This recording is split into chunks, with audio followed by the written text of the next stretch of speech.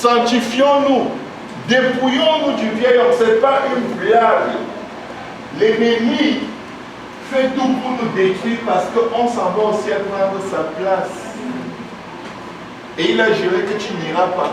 Et c'est à toi de dire, moi et ma maison, nous servirons l'Éternel. Je suis le temple de Dieu. Je cherche.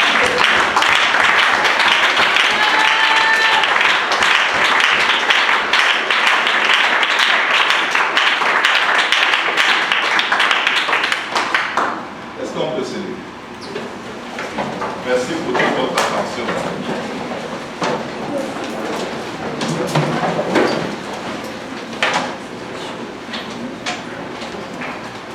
Généralement, quand l'orateur va parler, à la fin, il va mettre quelques parenthèses pour dire, ok, on le voit souvent à la fin de certains documentaires ou de certains films. Si ce film ressemble à la vie de tel, qu'il sache que c'est une pure coïncidence. Mais je vais vous dire quelque chose ce soir. Si quelqu'un s'est senti concerné, c'est à toi que je parlais. Je ne m'excuse pas. Je ne m'excuse tellement pas que tu peux même me détester. Je suis caché en Jésus. Je suis vendu à l'œuvre de Dieu. Oublie la fin que tu vas me détester sans me faire quelque chose. Je vais prêcher la parole de Dieu. Je vous dis, je vais prêcher. Fort, faible, je vais prêcher. Et je vous invite à être comme ça. Ce n'est pas ton état qui détermine si tu vas prêcher la vérité ou pas. C'est écrit, tu prêches. Si tu veux que Dieu te rende capable de garder ses commandements, prêche-les comme c'est écrit. Et il va les appeler à l'existence dans ta vie. Ce n'est pas quand vous serez parfait que vous allez prêcher la vérité. Parce que le péché a un but. Fermer nos bouches quand on veut prêcher certaines choses. Tu donnes une étude biblique, tu veux toucher certains points, ça te montre tellement ta vie que tu... Prêche ça, calme-la. Frappe. Quand tu vas sortir de là, tu vas bander tes propres saignements. Et tu dis à Dieu, aide-moi parce que je ne veux plus me retrouver là-bas une deuxième fois. Quelqu'un peut te prêcher quelque chose, tu résistes. Mais quand tu te prêches à toi-même, tu vas sortir comme un bon gâteau bien moulé qui est passé au four, honnêtement cuit, jusqu'au fond. Tu vas être délicieux entre les mains de Dieu après. L'heure n'est pas à la rétrograde. Il y a des grands défis qui arrivent sur la face de la terre. Pour être chrétien, d'ici l'année prochaine, ça va prendre un niveau de sincérité qui dépasse votre entendement. Parce que la tendance de ce monde qui veut faire de toute la terre Sodome et Gomorrhe, on va se sentir littéralement encerclé comme Lot était encerclé dans sa maison avec les anges de Dieu. Mais je vais vous dire une chose, aucune arme forgée contre vous ne prospérera si vous vous tenez pour Dieu. Nul ne tiendra devant vous tant que vous vivrez. Si vous vous tenez dans les voies de Dieu, si vous marchez à la lumière de Dieu comme il est à la lumière, il y en a qui vont se faire même décapiter, ils vont se relever vivants.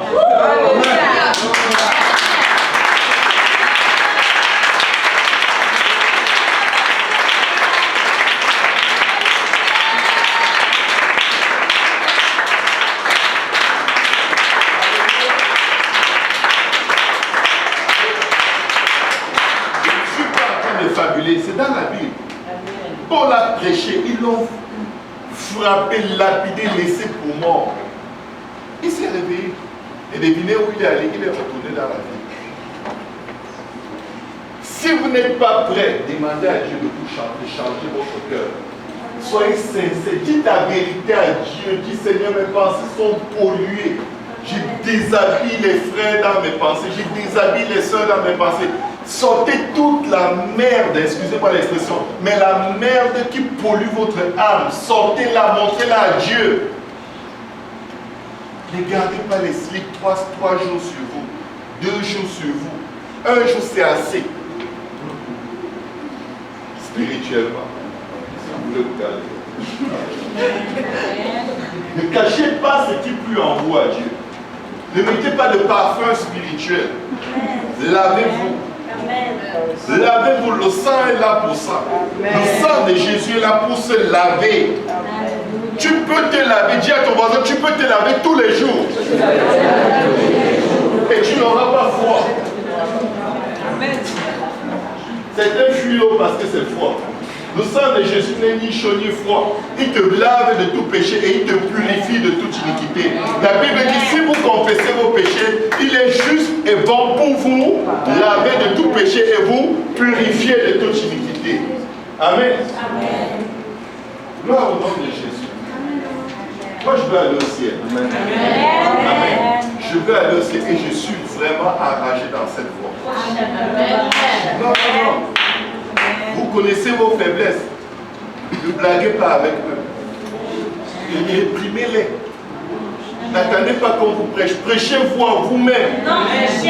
Le royaume des cieux est forcé et seuls les violents s'en emparent.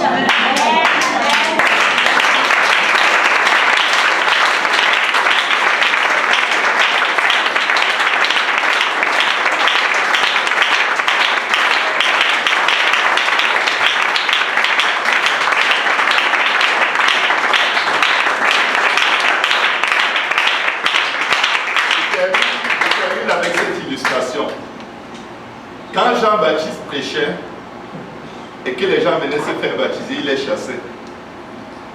Nous, on n'a pas encore commencé à chasser les gens ici. On n'a pas l'intention de se retrouver là. Mais il leur disait, allez, premièrement, porter les fruits dignes de la repentance. Et les uns lui demandaient, que devons-nous faire? Parce que parfois tu ne sais pas quoi faire. Amen. Tu as une faiblesse, mais tu ne sais pas quoi faire.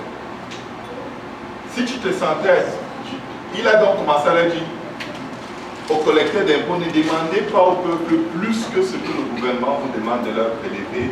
Aux soldats, n'opprimez pas les gens selon leur domaine où le péché était très prospère dans leur vie. Mais moi je vais dire aujourd'hui aussi à quelqu'un, si tu aimes qu'on te courtise, tu aimes te faire courir par les garçons, commence à rester sans garçons auprès de toi. Commence à ne pas demander aux garçons de t'aider pour ceci ou cela. Arrête de faire recours aux garçons pour t'aider dans des choses. Parce qu'après ça devient le flirt. Et après, non, je ne voulais pas, c'est lui qui voulait. Laisse cette affaire. Sanctifie-toi, c'est-à-dire sépare-toi de tout ce qui te donne l'opportunité de te retrouver dans le même péché. Si tu te trouves toujours en train de regarder les films mondains sur Internet et que tu as commencé par regarder le dernier service d'adoration de J. Péniel, ne va plus sur Internet. Si chaque fois que tu cliques sur J. Péniel pour regarder les vidéos de J. Péniel et tu te retrouves en train de regarder les films mondains, laisse J. Péniel. Parce que tu ne sais pas gérer. Une bonne chose peut même être une occasion de chute pour toi. Parce que ton problème, ce n'est pas J. Péniel, ce n'est même pas les mauvaises choses qu'il y a sur Internet, c'est ton amour que tu as pour ces choses. Tu dois le laisser mourir en te privant de toute possibilité de te retrouver là. Si tu as tendance à toujours calomnier, fais la liste des gens avec qui tu calomnies souvent facilement. Enlève leur numéro de téléphone dans ton téléphone. Et quand tu les vois qui veulent parler de quoi que ce soit, priez. Priez. Parlez de Dieu. Dieu ne sait pas jamais qu'on parle de Dieu. Quand on parle de toi, tu vas te fâcher. Parlez de Dieu. Amen. Amen. Amen. Amen. Si tu as le feu dans la bouche, parle de Dieu ou pas la langue. Amen. Amen. Amen. Mes frères, mes soeurs, vous savez ce qui s'applique à vous. Nous savons chacun ce qui s'applique à chacun de nous. Si tu es orgueilleux, sois soumis. Bénis les gens, sers tes frères, sers tes soeurs. Il y a des gens qui sont très forts à servir les pasteurs. Mais dès que leurs frères et leurs soeurs ont besoin de... Non, non, je n'ai pas le temps. Le pasteur dit, qui va faire? Et moi. Servez les uns les autres. Aimez-vous les uns les autres. Protégez les uns les autres.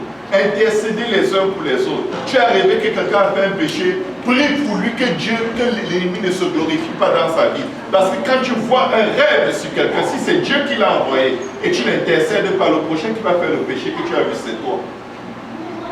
C'est toi.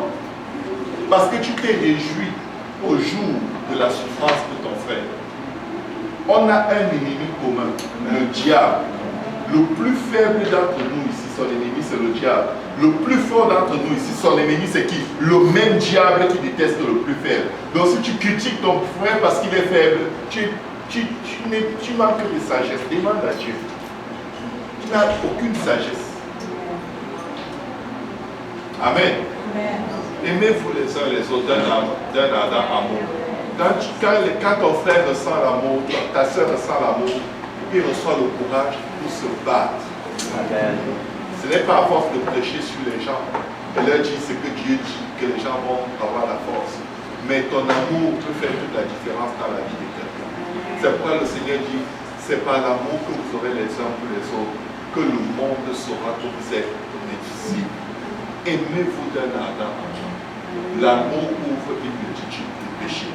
La doctrine ne couvre pas une multitude de péchés, même si elle est essentielle et vitale. Mais pour mettre la doctrine dans le cœur de quelqu'un, il faut d'abord mettre l'amour.